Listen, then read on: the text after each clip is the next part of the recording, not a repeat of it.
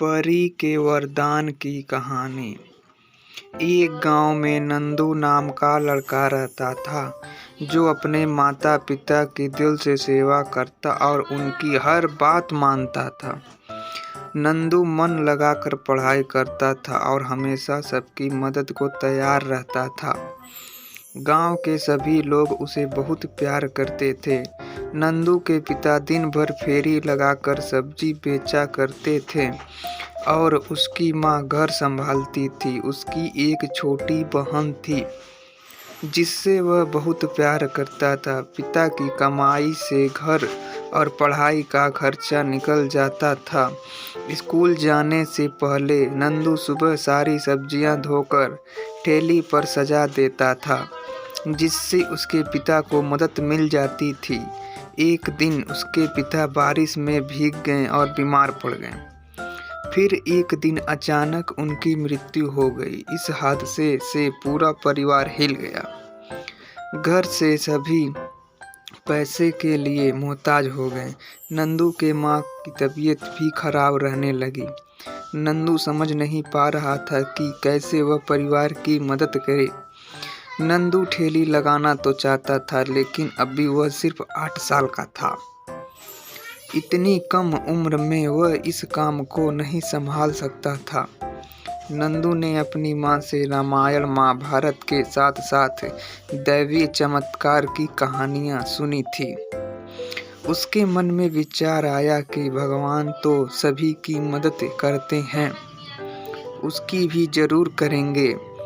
ये सोचकर एक दिन तड़के ही वह मंदिर पहुंच गया। उसने वहां जाकर हाथ जोड़ा और बोला, भगवान, मैं छोटा बालक हूँ, पूजा करना नहीं आता, लेकिन तुमसे विनती करता हूँ कि रास्ता दिखाओ। इस तरह नंदू स्कूल जाने के क्रम में नियम से रोज मंदिर जाता और भगवान से विनती करता। इस तरह करते करते उसे कई महीने गुजर गए। इस दौरान न तो भगवान ने दर्शन दिए और न ही परेशानी दूर हुई। कभी कभी नंदू निराश हो जाता कि उसे पूजा करना नहीं आता, इसलिए भगवान दर्शन नहीं दे रहे हैं, वरना वह तो सबकी मदद करते हैं। फिर भी उसने मंदिर जाना और पूजा करना नहीं छोड़ा। आखिरकार एक दिन देवी माँ को उस नन्हे भक्त पर दया आ गई। एक दिन जब नंदू बिस्तर पर गहरी नींद में सोया था, उसे लगा आकाश से एक तेज रोशनी आ रही है और पूरा कमरा रोशनी से भर गया। कुछ देर बाद उस रोशनी से हाथ में छड़ी लिए नन्ही परी निकलती, जो बिल्कुल वैसी ही थी जैसा उसने किताबों में पढ़ा था। नंदू को यकीन नहीं हो रहा था। वह भौचक्का से बस उसे देखे ही जा रहा था। तभी परी ने मुस्कुराते हुए कहा, नंदू, मैं सच में तुम्हारे सामने खड़ी हूँ। नंदू ने तुरंत कहा, तो क्या तुम परी हो? परी ने मुस्कुराते हुए कहा, हाँ, तुम यहाँ कैसे? गड़बड़ाहट में नंदू की आवाज़ नहीं निकल रही थी। परी ने फिर हंसते हुए कहा, नंदू, मुझे देवी माँ से भेजा है। देवी माँ? नंदू आवेग में चिल्ला उठा, हाँ नंदू, बोलो, तुम्हें क्या चाहिए?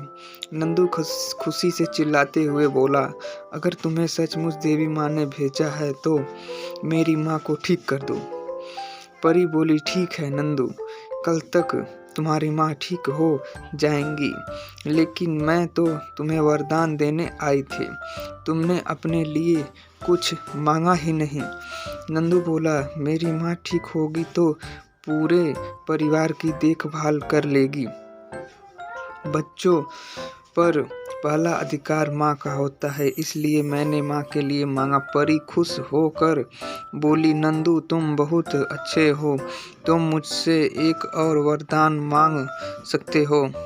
इस पर नंदू बोला, परी, मुझे ऐसा वरदान दो कि मैं बड़ा होकर अच्छे रास्ते पर चल सकूं।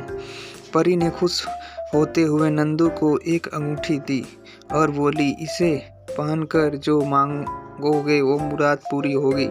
लेकिन जिस दिन गलत काम के लिए इस अंगूठी का इस्तेमाल करोगे तो इसकी शक्ति खत्म हो जाएगी। एक बात और, इस अंगूठी का जिक्र किसी से न करना वरना गायब हो जाएगी। ऐसा कहकर परी वहाँ से चली गई। सुबह उठकर जब नंदू ने देखा तो अंगूठी उसकी उंगली में मौजूद थी। उसने देखा कि माँ पूरी तरह से ठीक हो चुकी है और घर के काम कर रही है। वह अपनी माँ को सारी बात बताना चाहता था, लेकिन फिर परी की बात याद आ गई और वह चुप हो गया। मेहनत के बल पर अब उसका परिवार सुख से रहने लगा। कहानी से सीख, इंसान को लालच कभी नहीं करना चाहिए।